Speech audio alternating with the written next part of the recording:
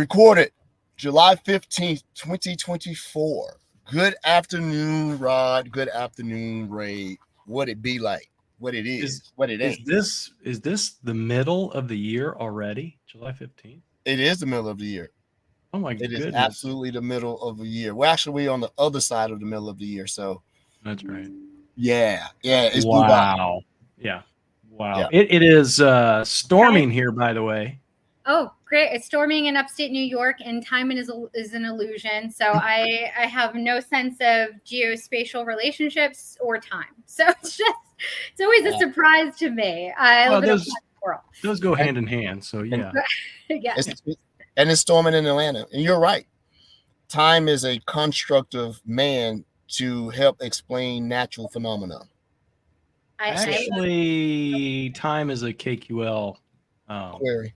Is that what it is? I was working on, of course, Copilot for Security Day and trying to improve the responses to generate KQL queries, because anyone that's worked with Copilot for Security knows that the natural language to KQL thing kind of has some gaps. So I figured out a way to fix it, by the way. To fix the gaps, or fix what? You just arbitrarily fixed it, right? Well, instead of trying to fix the plugin itself, fix your prompts. So I wrote this blog post today about creating kind of like if you know KQL and you sort of know the schema and the structure and the certain tables, even if they're custom tables, if you give it the table name and you give it the date range and you give it what you want and how you want it to display, if you create like a nice little uniform template and submit that as a prompt, it will return better queries. It has a reference document or a reference framework. It is. And tomorrow, I'll show everybody how to create a prompt book instead of just using that template. Yeah. What series is this that you're doing this? What webinars? It's just on my blog. Okay. I just goof off most of the time, so that's it. Yeah. I when you post it, I won't see it too, because my prompt skills are abysmal. I keep treating it. I fall into the old habit of treating prompt creation as though I'm searching something on a browser. I'm using a search engine. That's a recipe for disaster, right? I did do something pretty cool with Copilot, but anyway, we'll go to Ray first. Ray, what have you been breaking? My spirit. Let's see. I had my 5-year-old last week, and that was phenomenal. I was working on my draft proposal for B-Sides NYC, co-authoring an initiative with Mike Zambotti, is a guest on our show previously. So really cool stuff. Having some home ownership Challenges. adventures. And it's been super fun. So it's amazing. I think my eye is twitching involuntarily, and that's just how you know that you're doing great. You're doing great, sweetie. So that's your window is open, or that your window's open and the gnats are getting in. Or something. The gnats? What are you talking? Oh, because they're swore. Am I like? Oh, you said you're. Am I dead? Like, why are you? No. What? I mean, she's just this is Rod's new book. The walking Ray. Yeah, no, this is Rod's new series. He's like, and now I will present to you. Thanks for that. That's a nice segue. I am working on another book topic that is completely different than the other two. So. Okay, and what can you give us a sneak peek? It's a zombie book. So, Rod, but there's a twist. Anyway, what is the twist? It's always something. It's a zombie who was raised from the dead by someone who wrote a KQL query that rebooted their brain. That'd be great. Yeah. Oh man, KQL queries throughout. You could say it's like a story mode where you could save the person if you just write the correct KQL query. Or you prevent the undead from rising by writing the more you screw it up, the more zombies come, right? That's a good game. You have to consult the Necronomicon. Is that what it is? The Necronomicon. Army of the Dead. Okay. Hey, wow, we're way off again. Go ahead. So on tech news, so we don't keep our guests in the room eating up all the snacks and beer. Did you guys see? Google, sold some stock and it's going to try to buy Wiz for $23 billion. Is that going to happen? That's going to happen. I think what they're Wow. not so much concerned about is that you got to get the board to take a look at this, and are you paying much more than the valuation of the company? Wiz is a solid security technology, and that would be a lot. 20 billion, I think, was the initial asking. Some blog, offer, and I think Wiz wanted 23 billion. But think about that. That would solidify a huge gap that they have, because I was using some of their cloud control inside GCP. Yeah. It is wanting. It is absolutely lacking, right? And I'm like, what is this? They got something called Log Explorer or something like this, and a few other things for their cloud control So they don't have true multi-cloud control. So if you got Wiz in there, now you become a contender. And so that was another interesting piece of news. What was the other? Oh yeah, did you guys see what AT&T massive hack, Yes. and they're throwing Snowflake up under the bus? I am so happy to have never been an AT&T customer. I can honestly say I've never been an AT&T customer for anything. I'm so super happy about that. I happen to be a cellular customer and a wireless customer, so I immediately changed my passwords across that. I cut my TV off a long time ago. I don't watch enough TV. Yeah. But that has huge amounts of fallout, because initially the way it was presented, that this was a singular attack against AT&T, but it was resulting of the data lake that they're using, the vendor. And so I've been reading a couple other threat profile websites where they're trying to see the stuff actively used in a while, and also warning people, especially those who are very susceptible to phishing scams and cellular telephone scams, that you can't trust just because someone knows all your information.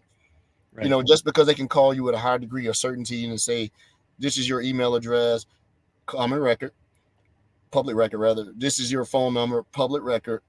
This is your social security number. To our listeners that are security minded, we know that your social security number is public record. Your address is public record. So if anybody can call you and spout that off, that doesn't mean anything. It just means they had too much time on their hands.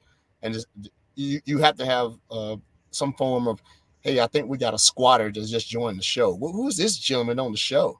I'm going to make him prominent, top left. Who is that? Oh, that's Henrik. Henrik. Oh, no. Henrik's back. Get Henrik. Yeah. So, Brody. What the? Brody's Look live. at you. Wow. How You are look like you? a dad. You look like a dad. To the That's two awesome. new listeners of Number the one show. dad joke, Brody. You're on the spot. Why does Snoop Dogg carry an umbrella? For drizzle. Oh, nice. Okay. Drizzle. Look at that one. Okay. He's I have to officially a write that one dad. down. There you go. But we were talking about the Snowflake hack that's affecting AT&T, and probably some others are going to come out, and all the information from these attacks on, AT&T accounts, when people can call in with legitimate information about your social security number, your name, your mailing address, your email address. You have to rely on multi-factor. And the second thing is, on my accounts, there is a secondary password. So you could do the same thing that AT&T does to you. When I call in, they say, sir, can you give us your secondary password? And I have to give it to them, even though I'm multi-factor. You have to do that when these companies are calling their hackers and say, hey, we're here, we noticed this, and we have your information. We need you to verify. Then you should ask them, what is my secondary password? Well, we don't keep secondary passwords, sir. We can't do that. Then I will call AT&T directly and click and go that route. That's it. Hey, one quick thing before we get started in the show. We don't want to keep our person there. If you're on the show and I sent you a Fortinet firewall to use in your lab, let me know. I need to borrow it back for something I want to test. Yeah, you need to change the password or put a second password on it. No, I don't need it. I need to borrow it for something. So I forget. I know I didn't send it to Trevor. I sent it to someone, one of the friends of the show. So if you remember, if you can send it back or let me know that you have it, I'll send you a label. I need to do something in my lab, and unfortunately, I need two of them. This is one of the few times I only have one firewall. and I need to do something really quick. It's For something our, for our listeners, what's your email address, mailing address, and credit card number? password, Yeah. secondary password, social security number, all that stuff. Favorite animal. It's all public. It's all public. Yeah. It's all public. I think All right. Are we ready? No, we're not ready. Brody, Yes. other than out and increasing the Canadian population, how have you been? Good. Very good. Sorry I'm late. No, it's been great. Everything's great. Dad life's awesome. Yeah.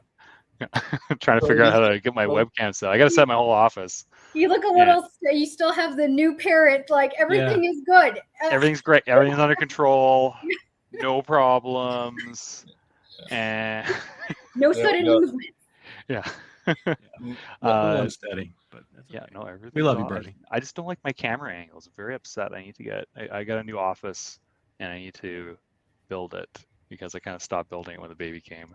And so it's a junk pile behind me. So I have to like configure this whole thing and figure out where my camera goes. That's why I'm distracted. I'm like, God, all these angles suck. I gotta like figure this out. I gotta get a bigger camera. Yeah, that's all. Yeah, how are you three? We're well. Yeah, good. Some of us are. Speak for yourself. I'm hanging in there. You know, I'm surrounded still by boxes. Recently moved. So you're fine, Brody. You're more than fine. Everything is good, and we've missed you, and folks have missed you. Welcome to the show. Thank you. I think this is our first show. It is. Other than the first where I was like a guest, and so here we are. This is good stuff. Yeah, it's good stuff. Yeah. You keeping these guys in line, Ray, or what? They don't need any of that. Do my best. Do they get your Star Trek puns? What was that? Do they get your Star Trek puns? Are they appreciating your Star Trek puns, like what you have in your title today, which I love? I think they don't want to enable me, to be honest, Okay. Brody. They clock it and they're like, we're not going. We're just gonna leave. We're gonna leave that right there, Ramiro. It's like poking a hornet's nest. You just never know, right? You never know. Well, we have a guest sitting in the green room. Do.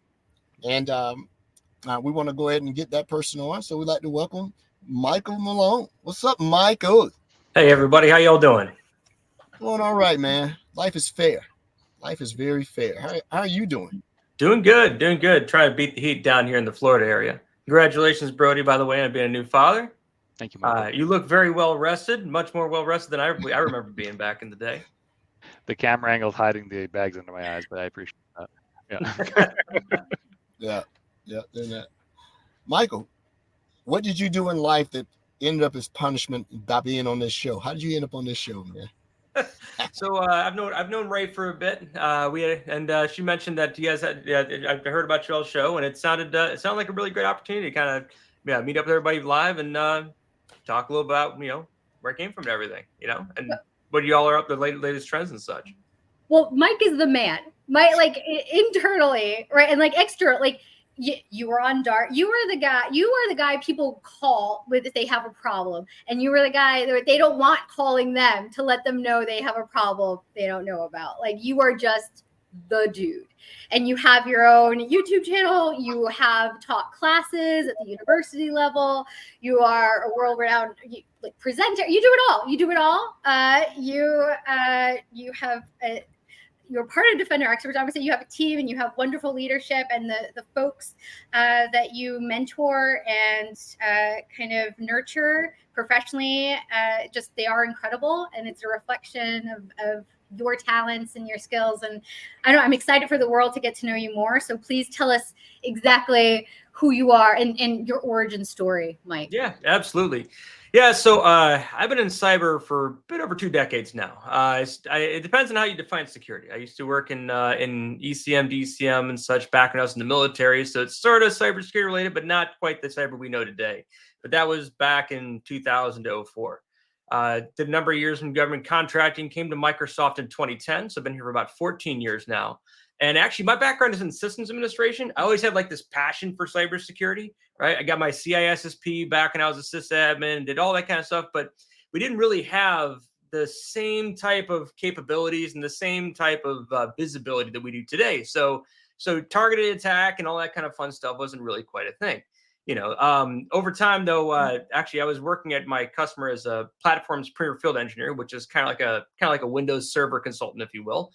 The Dart team, the original Dart team, Team 1, came to do the very first proactive assessment at that customer. And while they were there, I'd spent some time helping intercept some network traffic and do all kinds of cybersecurity type related stuff with them. And they were like, "Hey, you want to join the incident response team?" Sure, why not? Let's do it. So my background is actually I'm more of a sysadmin than I am a cyber guy from a history perspective. But yeah, I joined Dart back late 2012. I was the first person on team. Wow.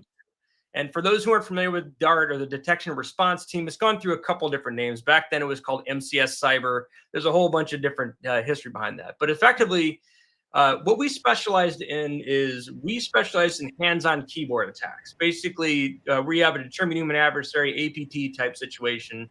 This is back before Bitcoin and targeted ransomware was the thing. So I spent about 7.5 years working with them, helping building out their tech, building out their team. Did a whole bunch of consulting all over the world for a number of years. And then as tends to happen when you spend too much time on the road, it was time for me to slow down a little bit. So I spent a couple of years in the Defender customer experience team, which is a product group aligned, basically helping the product team understand the needs of the customers in exchange for helping customers onboard and operationalize their stuff.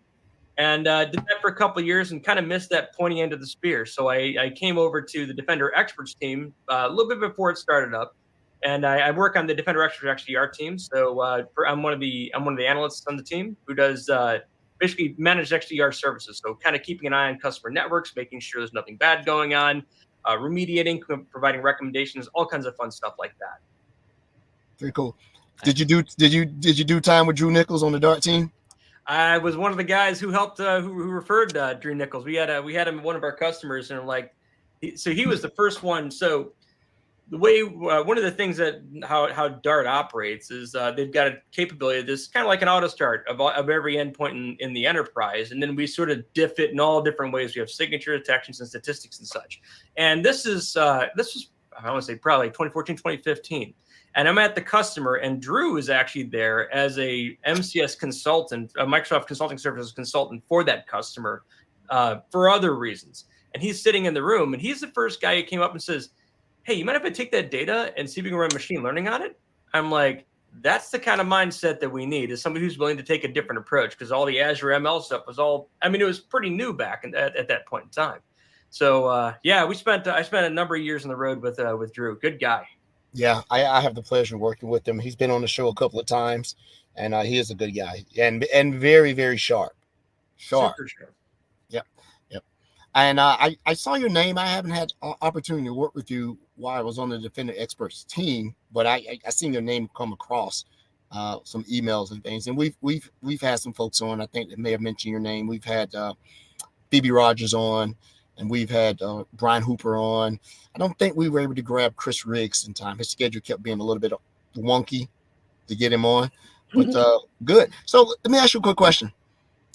So I've known Dart as long as I know Microsoft, what the services were. What is it called now? You ask 3 people, you get 5 answers. Does it have anything to do with the logo on your shirt? Yeah, it's wrong side. There it is. Mirrored. Yeah. So Dart, I think internally they still refer to it as Dart. I'm trying to think of the actual customer-facing name now. To be honest with you, I can't. They changed it up recently, but it's also split. There's also a team that works internally and a team that works customer-facing now. I actually, to be honest with you, it's been a couple of years, and I don't actually know the exact public-facing name for them at the immediate moment. Well, it's like MCAS or Intra. Everybody still calls it either Azure. Yeah, they call it that, because I asked the question because I totally forgot myself. I remember the name. Is it like Microsoft Incident Response, like MER or something like that? I can't remember the name. Oh, that was even before, I believe. Yeah, that was we were originally Microsoft Services Cyber. Then we were the Global Incident Response and Recovery Team. We were GER, and then we were a whole bunch of different names. GER. Yeah. Yeah, I think we simplified customers it to Microsoft Incident Response Team, and then in parentheses, it's always formally Dart. because everybody internally and externally, darts sounds pretty like badass, right? So it's always in parentheses there. So I think well, they had to change the GUR team because the customers complained. They thought everybody was just angry with them. Yeah, there you go. Yeah. This is So- GUR. Yeah. So you are an analyst and a threat hunter, and there've been numerous Defender experts videos, day in the life of a SOC analyst. Obviously, we talked about some of your peers and our colleagues on the show, and Ray is doing an outstanding fireside chat series where I got to meet even more people, and Satchin and I are doing a series of videos that are going to be released soon about it. But like I said, you ask 3 people, you get 5 answers. What do you do? Because the last analyst, they say one thing. I was like, let's see if there's a consistency in what they do. Yeah, so my particular role is probably a little bit different than a lot of the other analysts. I don't work as many cases, being honest, as I used to. I'm usually brought in on some of the really ugly, nasty ones. A lot of what I'm doing today is working on sort of like developing, we'll call it, to simplify, developing queries and techniques and reporting and investigative capabilities for the team to use. Also helping lead some of our internal product design, if you will, that's designed, or that's the framework that we use to perform investigations. So I do, but I mean, typically, yeah, it's our team as a whole is performing incident investigation. So when we have an alert that meets the threshold for investigation, our team will dig into it. We'll try to figure out where it came from, what happened, and then provide either a number of recommendations for the customer to take, or if the customer grants us permissions, we can do things like disable accounts, isolate boxes. We have a couple of different actions we can take on their behalf. And to be honest, that's a big piece of our service, because that is what helps us ensure that we can give a customer who doesn't have necessarily staffing for 24/7 SOC, as a SOC team, we can give them a 24/7 SOC team and make sure that they're kind of protected, so that their SOC team can kind of relax a little bit, take their weekends every once in a while, all that kind of fun stuff. Maybe take a holiday every now and again. Maybe. And so we don't confuse our listeners, I know we've transitioned. We're talking about what DART is, which is responsive to a confirmed incident, but we really are talking about you on the Defender experts as a incident respondent, as well as a threat hunter. It sounds like you do a lot of threat hunting in addition to writing detections and doing that. I think the fireside chat I did for Ray was around effective logging. And then I was going through a SANS course, the 508. And one of the things that was the scariest was WMI attacks, living off the land attacks. And my eyebrows, if I had any, went all the way up. Like, oh my God, how do you hold serve? Do you see any of those in the wild? Those WMI attacks and those consumer and event attacks? WMI-based persistence is definitely a thing.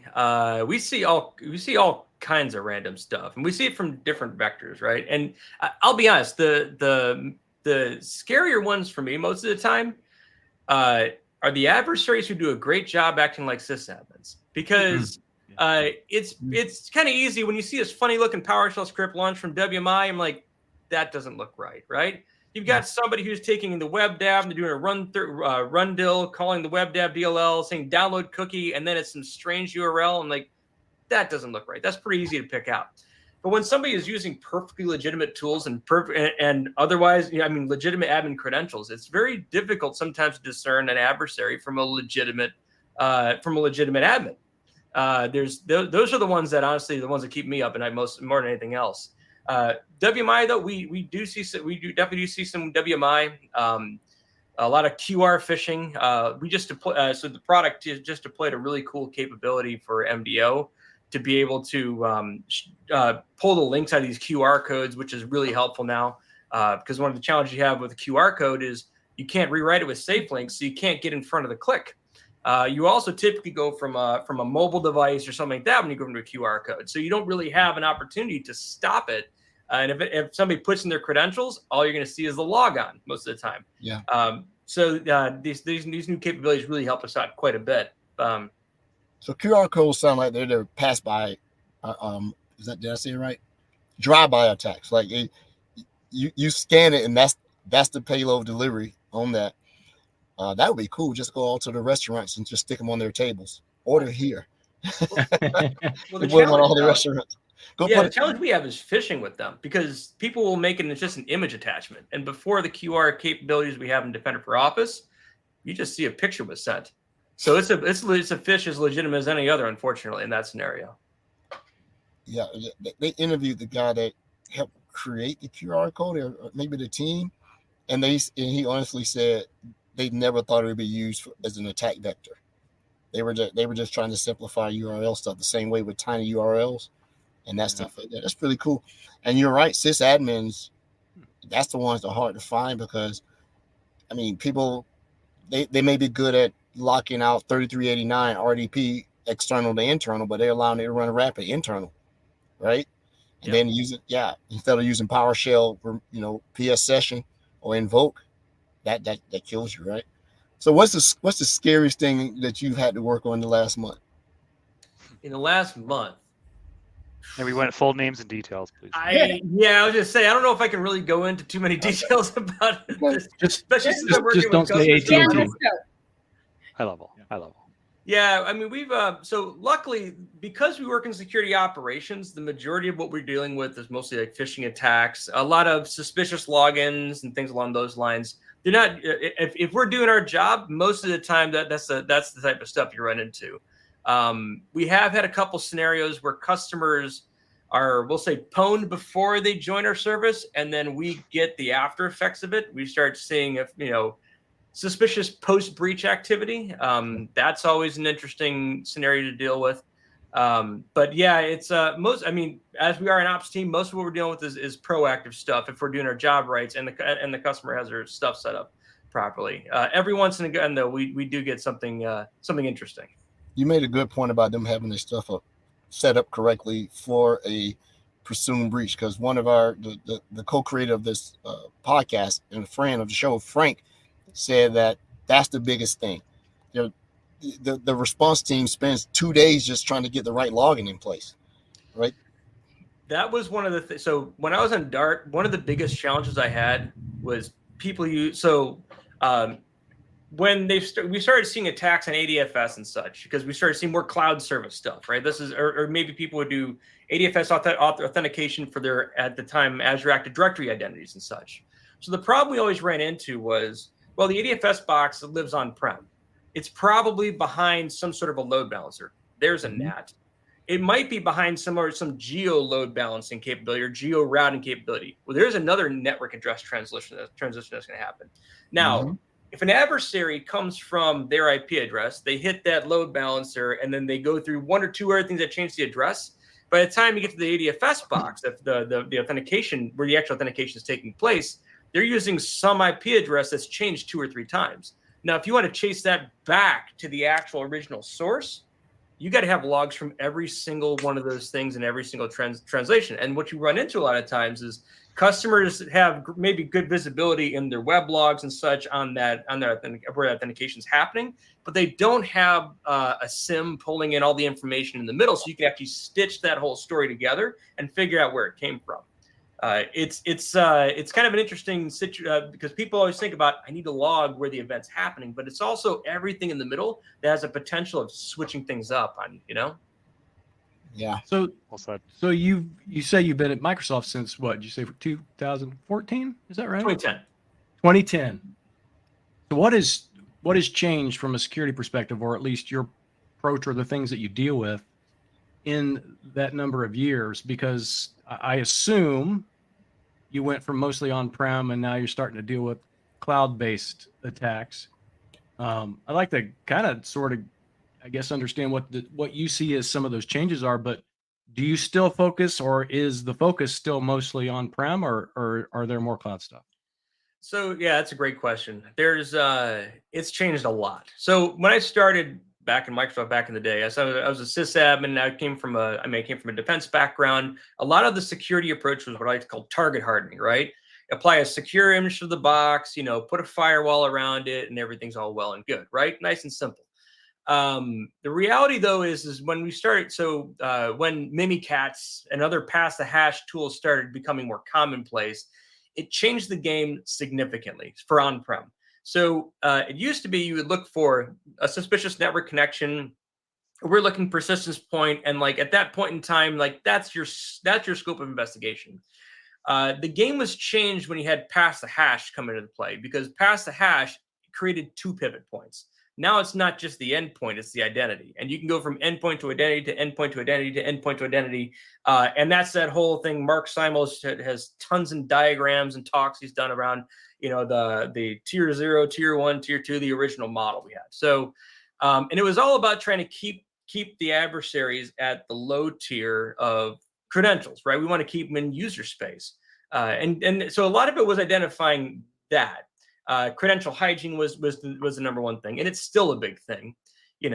Strong authentication is important, but it's also important to note, like, for example, if you use smart card login for your enterprise, there's a bit you can set in Active Directory for the smart card required for interactive login, and people are like, well, I'm good, I've got this bit set, except that actually makes your NTLM hash for your password never change after that point until you unflip the bit and flip it again. So from a pass the hash perspective, you're actually worse off, because if you log out with that smart card and they get your password hash, it's not going to expire like a password is going to expire. So it was really interesting trying to get us shifted to that world. So there's a ton of stuff around Active Directory, understanding all the obscure places in Active Directory you could be delegated admin permissions, like the root of the domain, the admin SD holder, all that kind of fun stuff. And then in the Windows stuff, in the user rights assignments, usually where I played, because most people look at like the administrators group, right? That's the easy one. Sure, who's in the admins group? That tells you who's an admin. That's the easy way. We used to also have to dig into the user rights assignments, though, to figure out who actually has admin, because a lot of times what's going to happen is sysadmins or developers or whatnot are going to be configuring group policies to make, and they can't make something work, so they start throwing principals into certain strange configurations. All of a sudden, this user who's a user actually has the ability to debug the operating system. I've also seen a scenario where it was a weird one, because if you look at the box, it was like everybody who touched it was an admin. And what we found out from when we took a look at it is they actually put the logon types into the local admins groups, not the users, but like network logon, remote desktop logon, interactive logon, all of those made it. So that was the big thing for many, many, many years. When we started stitching together cloud, obviously things started to change.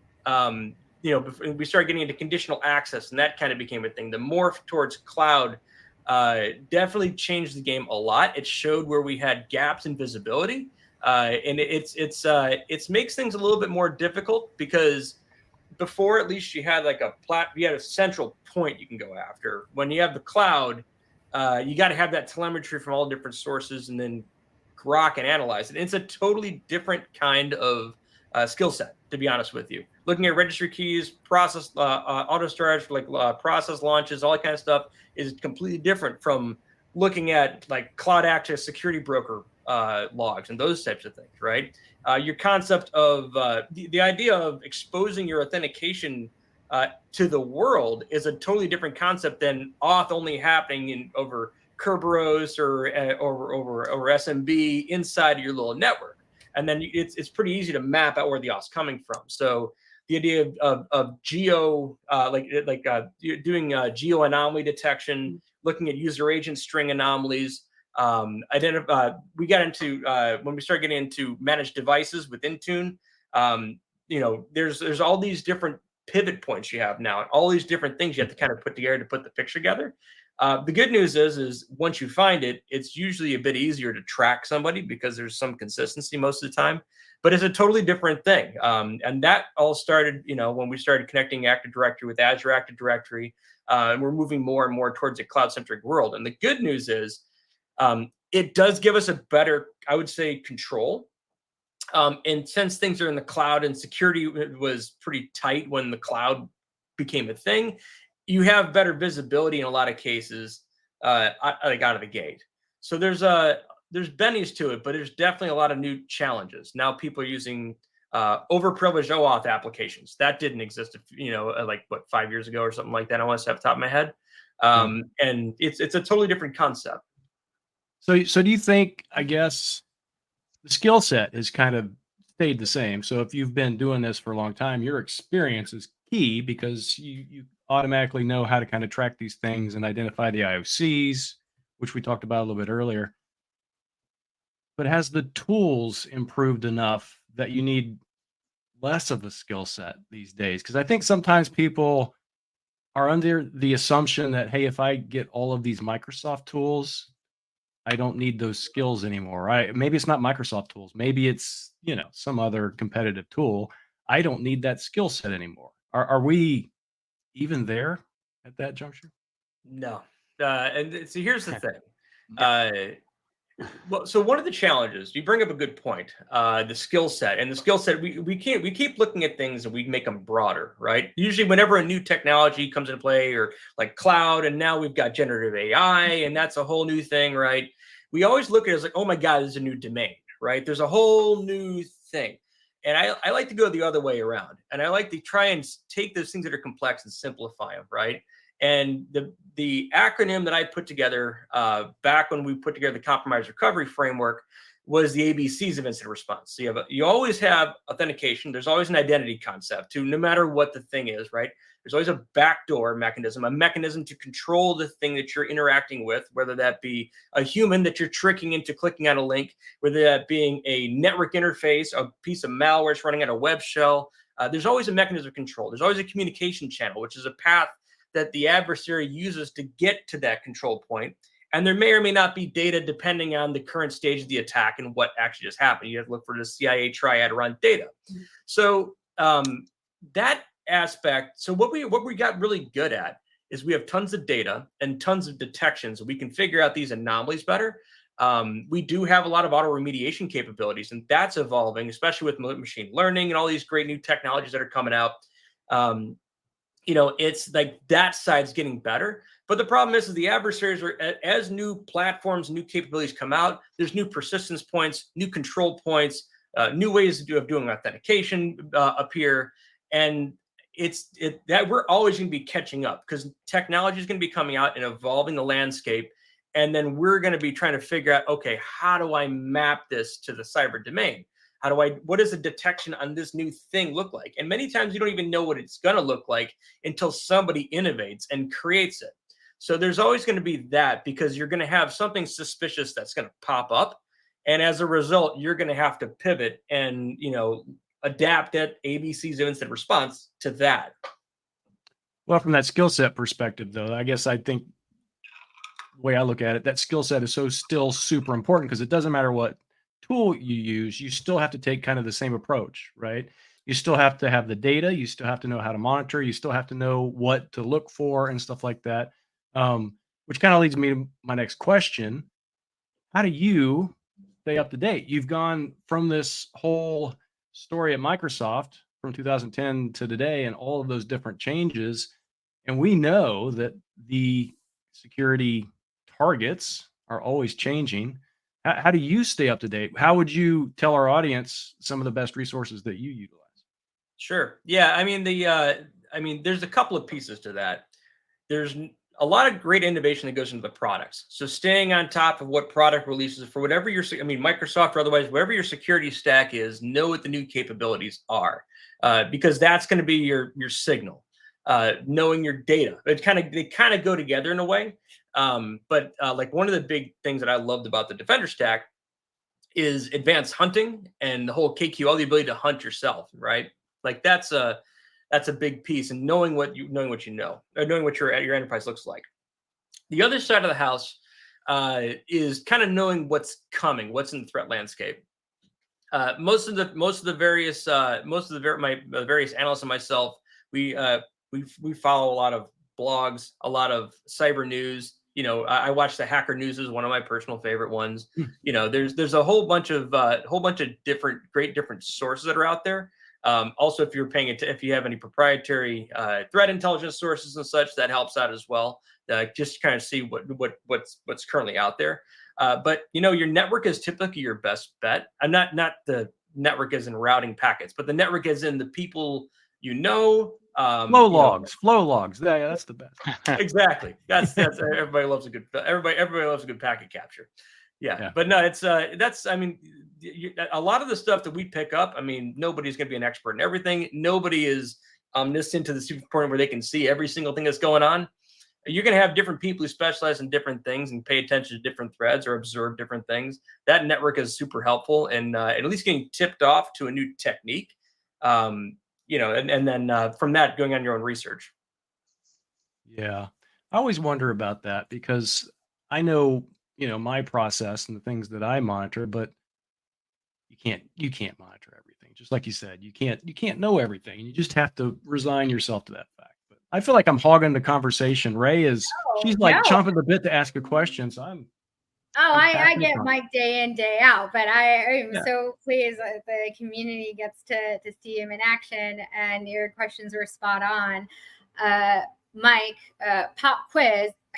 What is it sufficient to just consume the information? It seems like you've been hinting at this, but you need to get hands-on, right? You need to, it's not just enough to be an armchair philosopher. Like, you've personally written books, which have been very helpful for me, trying to bolster my technical chops, right? So tell us more about your full process from a holistic point of view. And there's another question before Rod jumps in. Why are you so passionate about sharing your knowledge with folks? Yeah, so I mean, it's hard. So part of the reason why, especially analysts, part of the reason why we have decent visibility is because we see stuff every day, constantly coming in.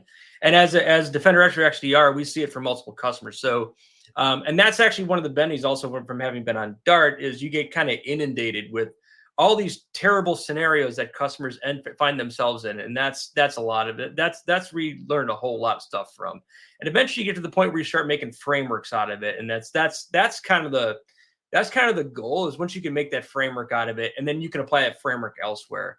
The biggest thing, I mean, if somebody's getting into cyber or trying to ramp up, is when you see something, try to recreate it, or just if you think there's something possible, right? I mean, test it out and see if you can do it in a lab. Obviously, not in your corporate system. I'll save my comments around people who have seen it, customers who've tested out payloads in their infrastructure. But Actually, that's me. That's me.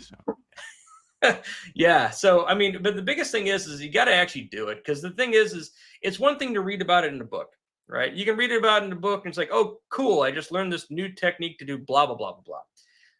When you see it in the wild, it's not going to look like what you saw in the book.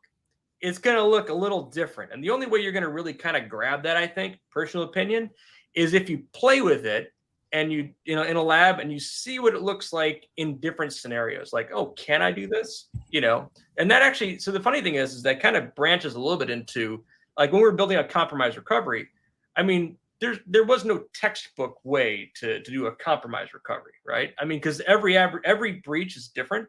They all have different aspects to them. And you have to get creative. And the only way you can get creative is understanding what the full gamut of tools you have available to you are. How do you intercept this process from launching? What are different credential recovery strategies? How do you come up with obscure ways to intercept command and control channel communication? And that, funny enough, goes all the way back down to the basic platform stuff, routing, DNS, OS fundamentals, all that kind of fun stuff. So yeah, gut feel on that one is the biggest thing is playing with it and learning. Well, and I appreciate that, because that's the type of learner I am too. Somebody will tell me something, there's no way that I'm going to retain it unless I actually do it myself. Right. Early in my career, I worked for a computer rental company, like very first job I had, and we would deliver computers. Some people might remember a person named Mark Manassi, good friend of mine. Brody won't remember because he's too young. Mark Manassi, he's a great guy. Look him up. You'll find him probably even on Wikipedia. He ran a computer training company, and we delivered computers to his training courses, his training classes. We delivered computers. He called us up and queued us up one side down the other because we left a virus. Remember the stoned virus back in the day on his computers. Long story short, we didn't do it. We actually ended up finding out that his secretary had it on her computer in downtown Cincinnati, and she's the one that distributed the virus. However, I wanted to know more about that. So I started collecting viruses on diskettes, and I would bring them back to the shop, and I would infect everything and try to figure out how to remove those viruses. So. Nice. Totally get it. Yeah. And that's actually, so funny enough, that's a great way to learn if you do so in a safe environment, and don't do this with a determined human adversary sample. And no, Mike Malone did not tell you to go download malware and install it on your computer. Please don't go that route. Right. In reality, if you want to learn what that stuff looks like, drop Defender for Endpoint on it, turn the AV response capabilities off so you can actually let the thing run, and just run it and see what the heck comes up. Go in advanced hunting, query what happened on the box. Or if you're a dead box type person, go ahead and snap the image, snap the VHDX, and take a look at it. See what changed. So I caught myself. I jumped in, but Ray had another question. Sorry. Well, no, I mean, so Mike, you are so generous with your knowledge and support for just across the board with customers, with your colleagues, with your team. Like, why? What drives you to actually share your knowledge, your skill set, your expertise with folks? So I was fortunate when I got into cybersecurity. As I mentioned, so I was a sysadmin, right? I did pretty good as a sysadmin back in the day, Active Directory guy, But I never really had exposure to the cyber world until Dart came along. When Dart came along, I had a whole bunch of people. You had Jeremy Croy, Christopher Ard. You had later on Christopher Kirk. We had John Asante, IB Terry, all these guys I used to work with on Dart, and they ramped me up on it. Right? I mean, I'm over here, and it was funny because, and this kind of goes back to that whole, you got to have a little bit of everybody to create a good team. Because I mean, here I am, sysadmin guy, okay, so I don't understand the whole reverse engineering thing. I get the concept, but don't give me windbag. I don't know what I'm doing, right? Learned a ton from Jeremy Croy and his background in anti-malware, right? IB Terry is just a total forensics ninja back in the day, and they shared with me. And in turn, I was able to return stuff back to them. I was able to, a lot of their early infrastructure stuff was automated by me back in the day. Like, how do we scale when platform as a service became a thing, right? Which is basically VMs in a cloud, right? We had to come up with a way to automate deployment of our database servers for this analysis. Or we had a little tool that did sort of like it was kind of like Cuckoo in a way. You can think of it as an internal tool, sort of like that though. But it had to work on a VHD, right? And so, we had a whole, we were like, okay, well, this is a cool capability, but it takes so darn long. So wrote some automation to help build a whole bunch of VMs and seed them all with the implants we wanted to analyze, and kick off the analyzer and pull the results back. So we didn't have to do all that stuff manually. You just throw stuff into a folder. So it's sort of like, I kind of got a passion for sharing this stuff because stuff was shared with me.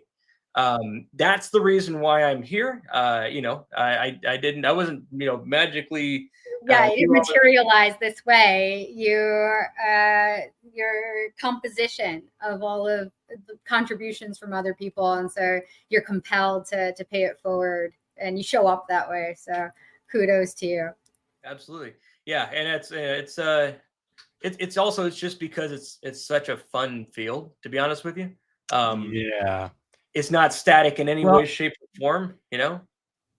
I feel out of date. And that's another thing to appreciate about that. But Brody, do you have a question? Sorry. Sorry, I said I feel out of date, and I've been gone 2 months. So yeah, it's a fast moving. Yeah, it's really difficult, really difficult to keep up. However, just like you said, it is an interesting job. A lot of people look at cybersecurity and they think, oh my goodness, that's where I want to go. That's my next role. That's where I want to pivot. But there's the other side of the coin, which I don't think we talk about that often, is the demanding piece of it. Because you talk about it and you have this passion and the passion for sharing, but at the same time, how do you deal with the drama? Do you literally have to take 6 weeks off between every project, or how does that work? How do you get that mental vacation? I was on Dart for 7.5 years. Marriott was the third hotel chain that I stayed in. I was originally a Hyatt guy. Then I was a Hilton guy for a while until the Starwood acquisition happened. So I spent probably the last half to 2/3 of my time in that 7.5 years in Marriott, and I still accrued over 600 nights worth of stays, which is 2 years with your life you live in hotels. So it's very time consuming, and especially in the world of target attack incident response, people are like, well, I'm going to have an incident next week. Can you have your IR team come next week when we have this incident? No, you get a phone call and say, oh my God, I got a bunch of blinking cursors. My stuff doesn't boot up and I've got this terrible image floating around my corporation. How do we figure out what's going on? So that the problem with that is you get inundated very quickly. You go from customer to customer to customer, from incident to incident to incident. The stuff we hear about in the news is only a small portion of what's actually happening in the industry. And it's unfortunate. It's like, and it used to be back in the day, it was covert intellectual property theft. Sometimes you get like wiper type stuff, So yeah, and then when you get there, it's 12 to 18-hour days, probably, right? Because you're taking a customer from nothing back to having functional network, while at the same time trying to find where the bad guy is and how they got in there. Because more than likely, if it's an IR and it's a good, and it was like a wiper or a ransom attack, you may not have the logs you need depending on how the customer's set up. Right. So yeah, it's definitely a demanding field, that's for sure. Well, and the unfortunate thing is a lot of customers don't have that disaster recovery process in place for these things. So a lot of times you have to kind of, I guess, do the due diligence and do the communicating with maybe law enforcement or board members, and that can be really super mentally draining. Absolutely, yeah, and it's but at the same time, though, going back to being an interesting field, right? Yeah. I always kind of looked at it like I'm playing chess with an adversary that I never meet, because every time I go there, all right, they're already in, maybe not checkmate, but they've got their pieces in a good position for them. Otherwise, we wouldn't have been called in the first place. And it's kind of like a combination of spy versus spy, where you have OPSEC. You got to make sure that how do you operate without the adversary picking it up, and vice versa. But it's always kind of interesting, because you're going to make a move, and you're going off of your gut, like what I think I know is in place, and then you'll learn very quickly if you're right or you're wrong. A tactic change, maybe immediate impact can immediately tell you that you were wrong about your assumptions. So it was always, while stressful, that's also kind of what makes it fun a lot of times, is that whole balancing act of how do we play this game and make sure we win. So what's next for you, Mike? Are you going to be writing new books? Going to compete with Rod for like most prolific author from Microsoft? Are you teaching again? Are more YouTube videos? What do we got going? I need to find more time. That's the biggest challenge. I would love to write a book. It's been a time thing, unfortunately. I got my first couple. The first one was just basically, I mentioned I was a sysadmin and went to Dart. Think Like a Hacker, where the first one was actually just sort of like a idea that I had, where the things that I learned going from one position to the next.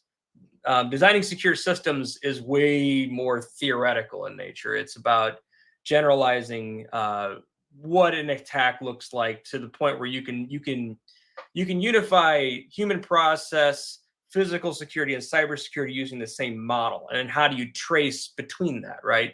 But I think at the moment, like I said, I definitely thought about doing some stuff with ops, but it's time's always the issue right now. So hopefully I'm planning on doing a few more webcasts. I've been trying to put together some content for some stuff. It's as I'm sure, as you all know well, it is a time consuming thing. Absolutely. I know somebody here has been asking you many times over to contribute your content. So yeah, I'm sure we'll see more of you soon. For sure. Yeah. Well, we appreciate you. Appreciate your time today, Michael. Brody, did you have anything to say? I know we wanted to kind of ease you back into real life, but I kind of rolled in a little late because baby was crying, and then I was just trying to get my bearings straight. Okay, I'll throw out a question. Michael, if there was, you talk about skills, obviously, learning by doing. Is there a tool or technique that you and your team have been using lately that's been kind of a game changer that you feel you want to speak about? So we're a little bit different than the normal world in that we have a lot of data available to us in Custo. We don't have a whole lot of tooling outside the Defender tooling to actually do the investigation. So from a specific tooling perspective, I would say we're kind of living off land in many ways with what's in the Defender suite.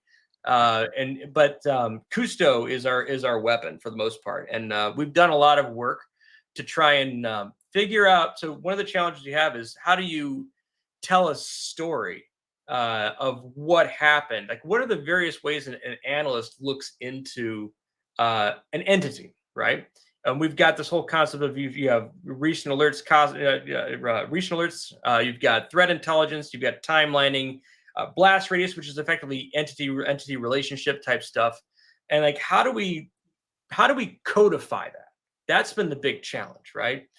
We've put together, the way we've approached it is we've actually built a whole bunch of Custo functions. So we actually have a Azure Data Explorer cluster with their own database, and a whole bunch of really crazy looking Custo functions that helps us kind of tell the story from all these different angles in one single contiguous view. So it doesn't have to be, because the problem you run into a lot of times, especially if you're dealing with different tooling and such, is you've got different schemas, right? I'm sure from a customer perspective, you're going to have like your firewalls. It might be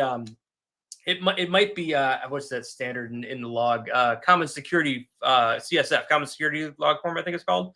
Like, yep. It may be standardized to that point, but anybody who's worked with that, even in Sentinel, knows that you have to go a level further, because one thing says source and destination, one says local remote, one's there's different ways you do that. So developing programmatic ways to assemble that information so it all meets down to a single schema for each workload type.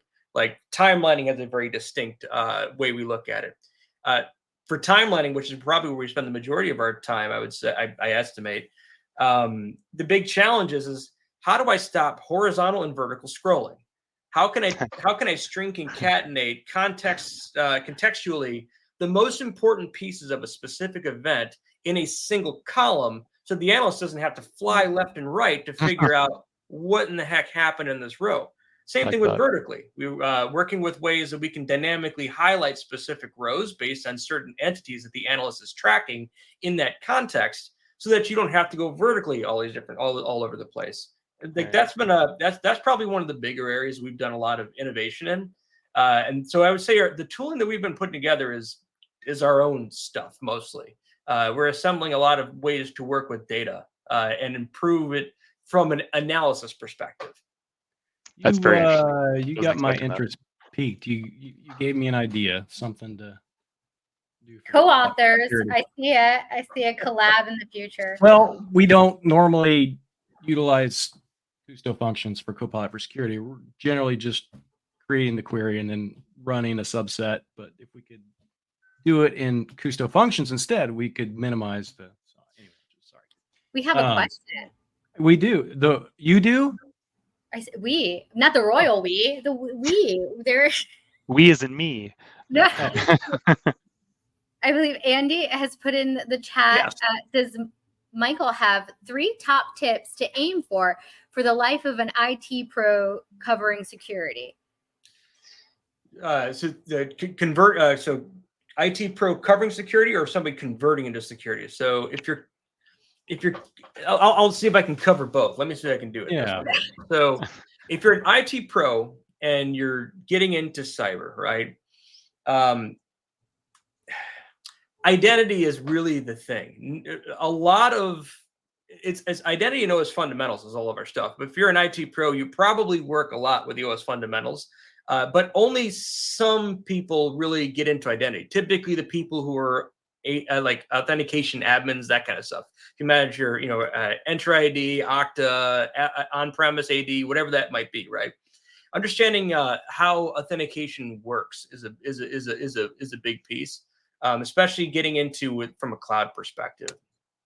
From an IT pro coverage, so the second thing I would say. So I would say there's a goal and a technique here, right? So the goal would be make everything look as similar or the same as possible across everything you have.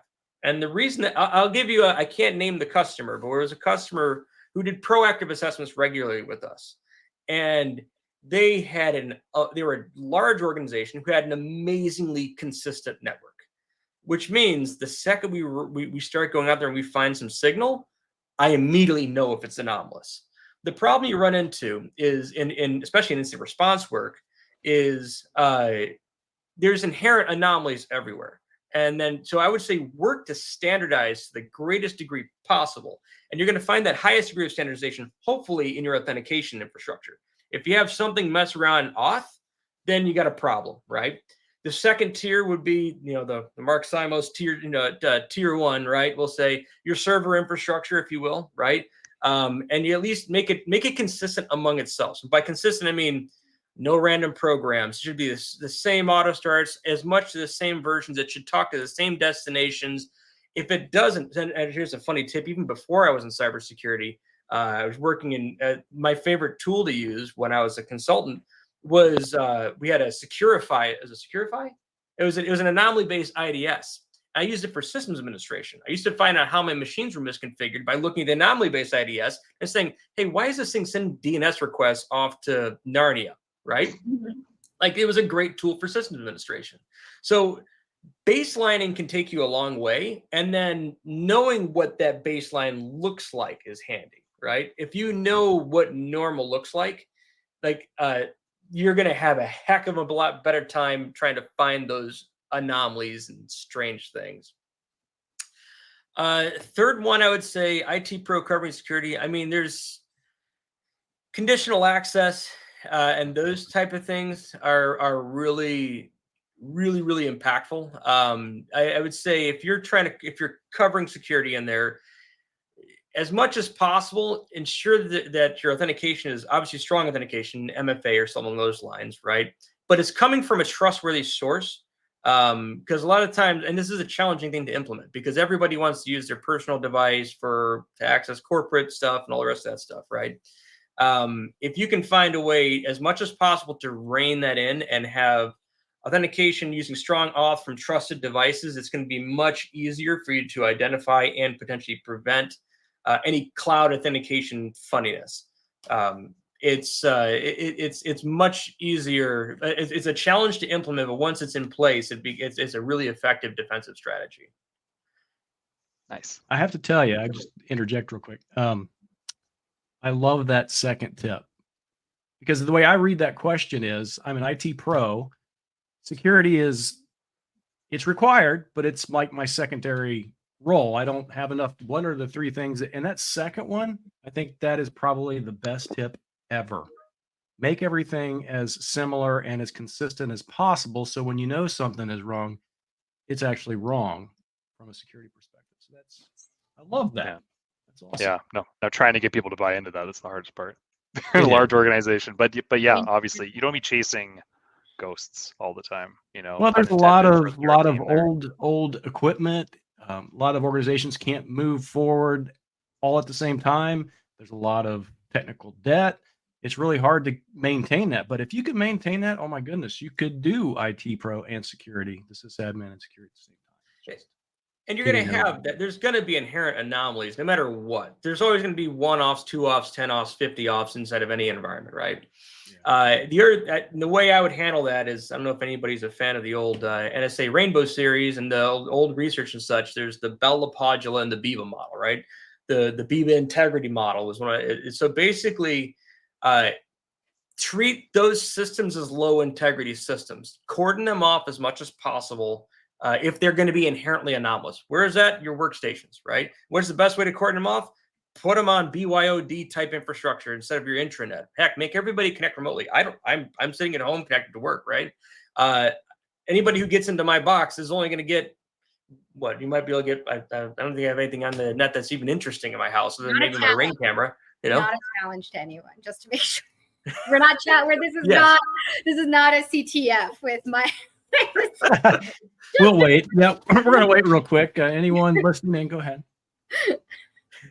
Yeah. So, but I mean, that's the thing is if you, the higher the integrity of the system category, basically the higher you can guarantee consistency and security, try and keep the things that are below that bar cordoned off as much as possible from those things.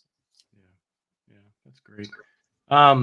we are very near we're past the top of the hour, but I think we got started a little late. And Edward, I think we're going to have to start a GoFundMe to pay for his. He must be using AT&T. I don't know. That's the only thing I can guess, that he's not here.